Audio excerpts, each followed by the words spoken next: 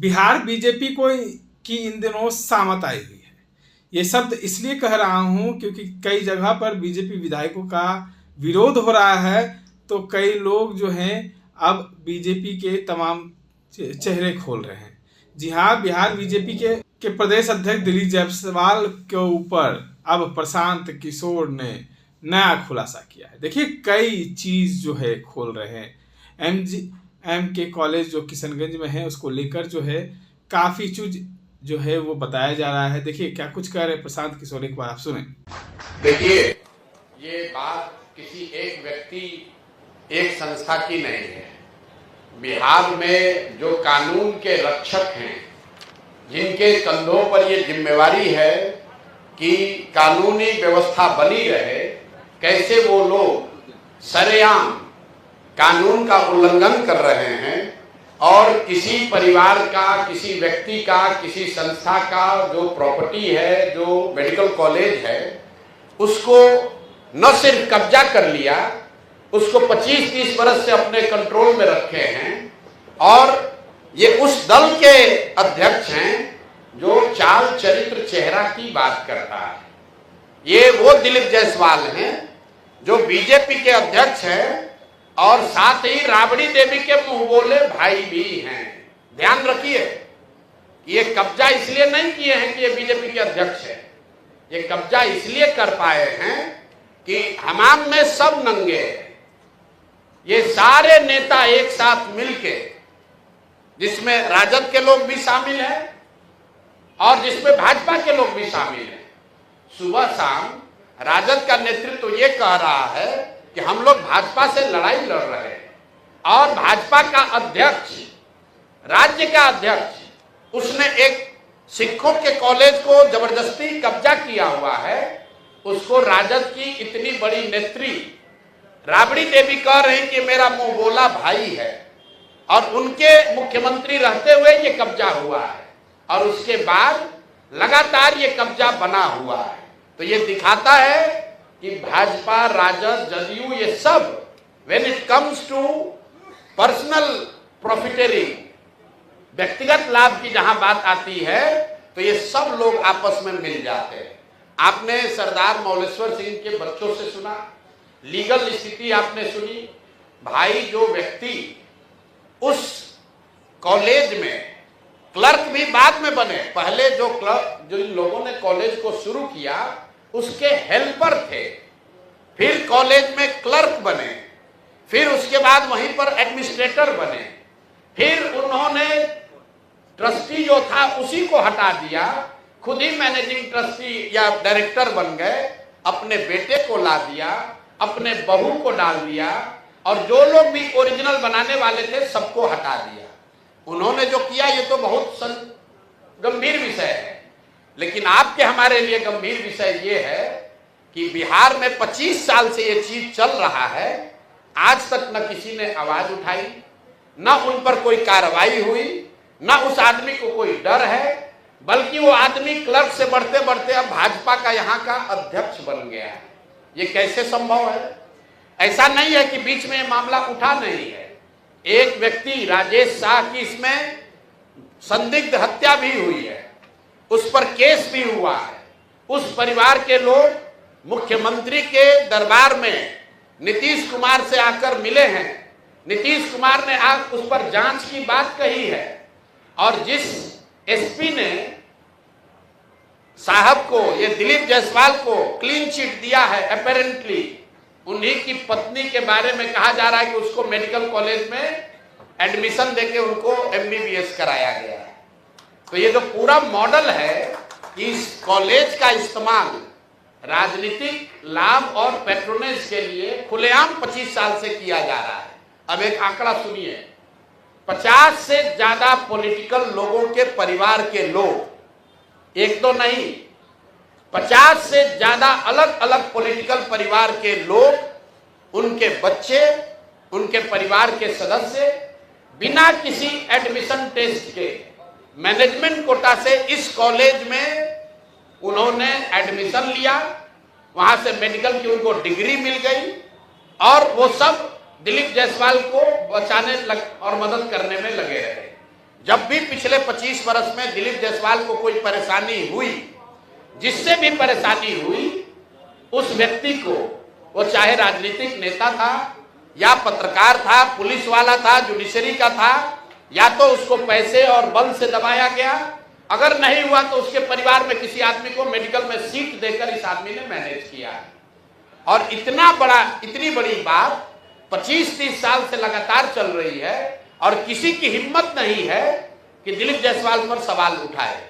तो जन सुराज ने तय किया है कि हम लोग इस मामले को न सिर्फ उठाएंगे बल्कि इसको समाज में, जनता के बीच रखेंगे।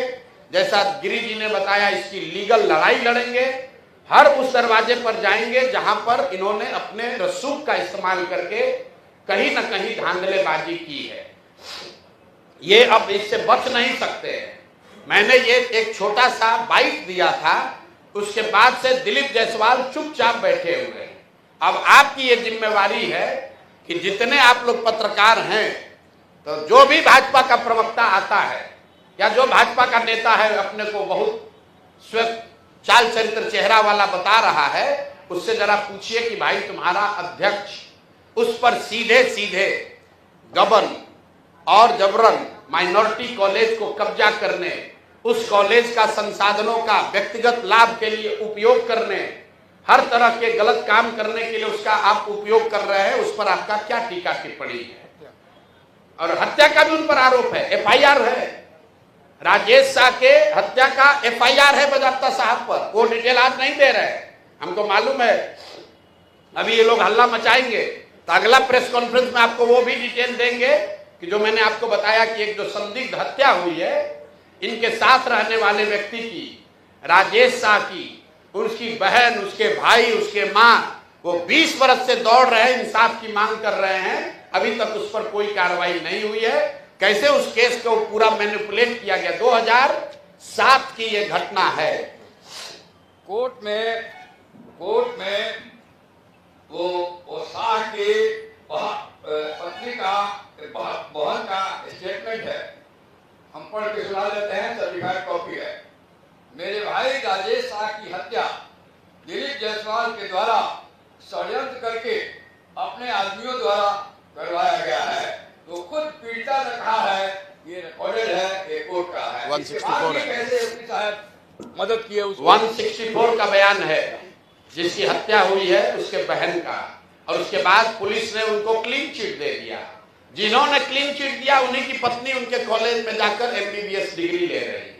अब आप देख लीजिए, जहां से कोर्ट से रिलीफ मिला है, जिन्होंने कोर्ट से रिलीफ दिया है उनको क्या बेनिफिट मिला है, ये भी आपको आगे बताएंगे। तो मेरा दिलीप जायसवाल से और भाजपा में जो लोग भी भाजपा के चाल चरित्र चेहरा विचारधारा की बात करने वाले लोग हैं, उनसे अपील है कि भाई अभी से भी अपना स्टांस क्लियर करो।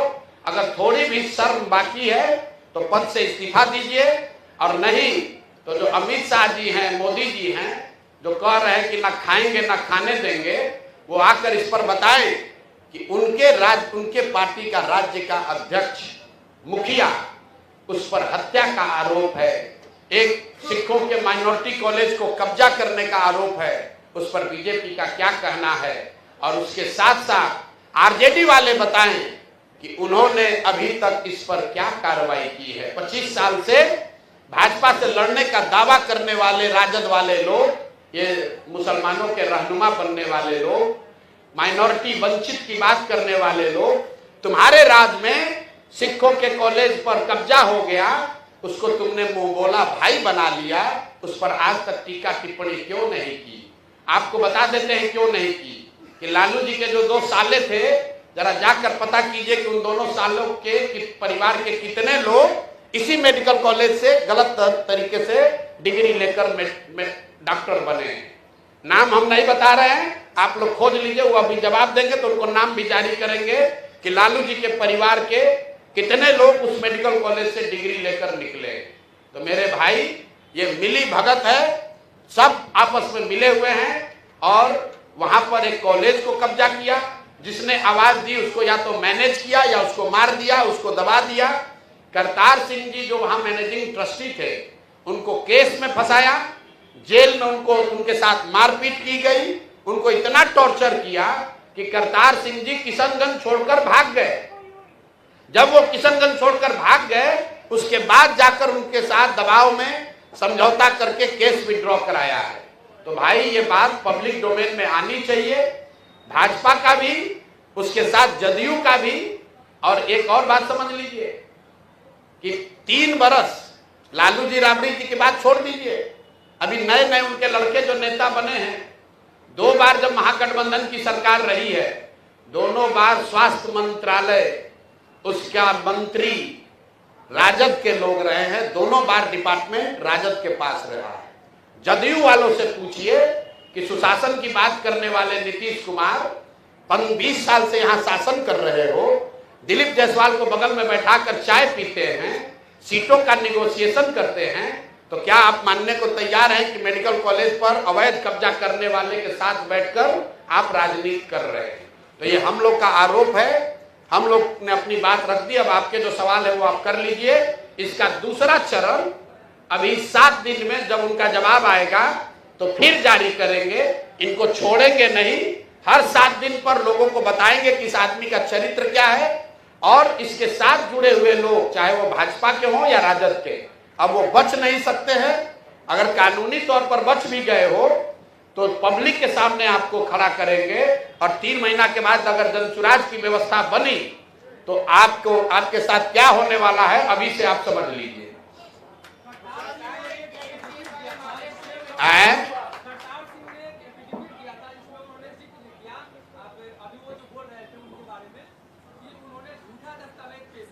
जी देखिए, हमको खुशी है कि पत्रकार होने के नाते आपने पहली बार इस विषय पर अध्ययन या रिसर्च शुरू किया है। बिल्कुल ठीक बात है। जैसा इन साथियों ने बताया कि जब सरदार मौलेश्वर सिंह जी ने ट्रस्ट बनाया तो उसमें जितने ट्रस्टी थे उसको धीरे धीरे करतार सिंह के माध्यम से ही हटाया गया। हटाने के पीछे दिलीप जायसवाल थे, क्योंकि उस समय वो एडमिनिस्ट्रेटर थे। एक समय ऐसा आया जब करतार सिंह अकेले रह गए और उनकी माता जी रह गई। तो जब करतार सिंह जी अकेले रह गए तब उन्हीं पर केस करवा दिया, उनको जेल में डलवाया, उनको टॉर्चर करवाया। करतार सिंह भाग गए, बच गई अब माँ जो लाइफ ट्रस्टी थी, उनकी हो गई मृत्यु। तो लाइफ ट्रस्टी के मृत्यु होने के बाद वो पोस्ट खाली हुआ, तो उनके जो लीगल एयर थे उनको जगह मिलनी चाहिए थी, वो मिली नहीं। तो लाइफ ट्रस्टी चले गए, करतार सिंह को डरा के धमका के केस में फंसाकर भगा दिया, और जो बच गया वो सब कब्जा कर लिया। प्रशांत जी, एक सवाल था। चलिए, ये तो मामला है, इससे पहले पीएमसीएच वाला जो मामला है जिसको लेकर के जनसुराज हमेशा आवाज उठाई है, उस पे कहां तक पहुंच पाया, उसका क्या कुछ निर्णय निकला? भाई वो मामला इस राज्य में मंगल काल की बात करने वाले अमंगल स्वास्थ्य मंत्री का है। वो मामला दिलीप जायसवाल का नहीं है, वो मामला हम लोग के अमंगल पांडे का है, जिनके स्वास्थ्य मंत्री रहते हुए बिहार के लोगों ने कोविड के दौरान सबसे ज्यादा परेशानी झेली। जिस आदमी के बारे में लोग कहते हैं कि ये कॉटन बैंडेज में पैसा चोरी करता है, और ये आदमी जब भी सरकार बनती है तो स्वास्थ्य मंत्री बनता है, ताकि लूट खसोट। और इस आदमी का एक ही काम है, जैसे मंत्री बनो, जिस जिस डॉक्टर का प्रैक्टिस चल रहा है उसका सूची बनाओ और उसको सबसे ज्यादा दूर ट्रांसफर करो, ताकि हर 6 महीना पर जाके आपको 5-10 लाख रुपया घूस दे। तो उनकी लड़ाई हम लोग लड़ रहे हैं, यहाँ लड़ रहे हैं, सिवान में लड़ रहे हैं, जीरादेई मैरवा में लड़ रहे हैं, छोड़ेंगे नहीं। अभी मामला दिलीप जायसवाल का है, क्योंकि भाई साहब यहाँ भाजपा के अध्यक्ष हैं। मोदी जी आते हैं तो उनके बगल में बैठते हैं, और यहाँ सुशासन और लॉ एंड ऑर्डर की बात कर रहे हैं। जो खुद ही भूमि माफिया है, जो खुद शराब माफिया है, जो खुद बालू माफिया है, जो खुद दूसरों की प्रॉपर्टी कब्जा करता है। हमको किसी ने बताया कि कल कहा है कि हम घर में घुस के अपराधियों को मारेंगे। अरे भाई, तुम्हारा पार्टी का अध्यक्ष ही अपराध कर रहा है तो क्या उसको भी मारोगे? उस पर क्या करोगे ये बताओ। कल यहाँ एक हत्या हुई है ना 2 दिन पहले, पूरे बिहार में चर्चा है, खेमका साहब जी को गोली मार दी गई। कल जाकर इन लोगों ने क्या कहा, यहाँ के डिप्टी सीएम ने, कि हम लोग अपराधियों को घर में घुसकर मारेंगे, बुलडोजर चलाएंगे। अब इनको न्याय नहीं करना, इसमें भी हिंदू मुसलमान करना है। इनको बुलडोजर याद आ रहा है। भाई तुम्हारा पार्टी का अध्यक्ष 20 वर्ष से हत्या का आरोपी है, मेडिकल कॉलेज पर कब्जा किया है, उसको तुम माननीय बनाए हो, उसको मंत्री बनाए हो, उसको अपने दल का अध्यक्ष बनाए हो और कहते हो कि अपराधी पर कार्रवाई करेंगे। कोई मानेगा?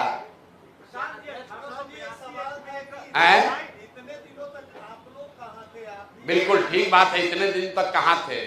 ये आपका सवाल तो जायज है। भाई हम तो 3 वर्ष पहले बिहार में भी नहीं थे, तो बिहार की दुर्दशा के लिए हम ही जिम्मेवार हैं, क्योंकि हमारे जैसे आदमी को तो पहले आकर बिहार में प्रयास करना चाहिए। और मैं मजाक नहीं कर रहा हूँ, मैं नहीं, सरकार की बात नहीं है, ये मेरा दोष है, मेरे जैसे हर उस बिहारी का दोष है जिसमें क्षमता है, जिसके पास बुद्धि शक्ति थी, है, भगवान ने दिया है। और हम लोगों ने इस बिहार में आकर जिस तरह का प्रयास करना चाहिए था नहीं किया, उसी के सुधार के लिए तो 3 वर्ष से इतनी मेहनत कर रहे हैं। लेकिन जब जागे तभी सवेरा। अब आप क्या कहते हैं कि 10 वर्ष काम नहीं किया तो अब करें, आकि फिर इसी नाम पर बैठे रहे कि 10 वर्ष नहीं किया इसलिए आगे भी 10 वर्ष नहीं करेंगे? चुनाव से इसका कोई लेना देना नहीं। दिलीप जायसवाल तो चुनाव नहीं लड़ रहे हैं, दिलीप जायसवाल तो जीवन में चुनाव ही नहीं लड़े। ये तो एमएलसी है, ये तो एमएलसी हैं भाई, चुनाव नहीं दिलीप जायसवाल लड़े। दिलीप जायसवाल भाजपा के अध्यक्ष हैं, उन्होंने अपनी एक छवि बनाई हुई है। भाजपा के लोग कह रहे हैं कि जनसुराज में अपराधी लोग हैं, तो हमारे बगल में कौन बैठा है देख लीजिए। हमारे बगल में देश की सेवा करने वाले लेफ्टिनेंट जनरल बैठे हुए हैं, हमारे बगल में देश की सेवा करते हुए 3 देशों में राजदूत रहे मनोज भारती बैठे हुए हैं, हमारे बगल में 2 टर्म के एमपी उदय सिंह जी बैठे हैं, हमारे बगल में इस राज्य के सबसे बड़े वकील वाईवी गिरी बैठे हुए हैं, और उनके बगल में कौन बैठा है? वो आदमी बैठा है जो मेडिकल कॉलेज कब्जा किया है, जिस पर मर्डर का आरोप है, जो सरेआम रोज धांधली कर रहा है। तो आप फर्क समझ लीजिए कि चाल चरित्र चेहरा किसका अच्छा है। बिल्कुल इस्तीफा हो, उन पर जांच हो, कैसे मेडिकल कॉलेज कब्जा किए इसकी जांच हो, मेडिकल कॉलेज के बनाए जाने वाले जो लोग हैं, बनाने वाले जो लोग हैं, कानून संगत उन लोगों को वापस लाया जाए। सिख समुदाय का वो कॉलेज है, सिखों का राइट वहां वापस बहाल होना चाहिए। जो राजेश शाह की हत्या हुई है, जिस पर एफआईआर हुआ है दिलीप जायसवाल पर, उसकी जांच होनी चाहिए, उस पर कार्रवाई होनी चाहिए। और राजद के लोगों को यह बताना चाहिए कि दिलीप जायसवाल से उनका क्या संबंध है, क्यों राबड़ी देवी उनको अपना मुंह बोला भाई बोलती हैं। राधा मोहन सिंह को बताना चाहिए कि उनके घर के लोग कैसे वहां मेडिकल करने गए। अब मैं नाम एक एक करके बता रहा हूं, आपको बोला है 50, 2 को बता दिए। लालू जी के सालों के परिवार के लोग उसी मेडिकल कॉलेज से पढ़कर निकले। जिस एसपी ने इनको क्लीन चिट दिया है, उसकी पत्नी भी उसी मेडिकल कॉलेज में पढ़ी है। जो कोर्ट से रिलीफ मिला, कोर्ट के में जिसने रिलीफ दिया, उसके घर का आदमी भी वहीं से मेडिकल किया है। भाजपा के बड़े नेता राधा मोहन सिंह, उनके परिवार के लोग भी वहीं से मेडिकल किए हैं। तभी आपको हम 50 नाम देंगे, आप लोग थोड़ा आप लोग भी जांच कीजिए, फिर आपको बताते हैं।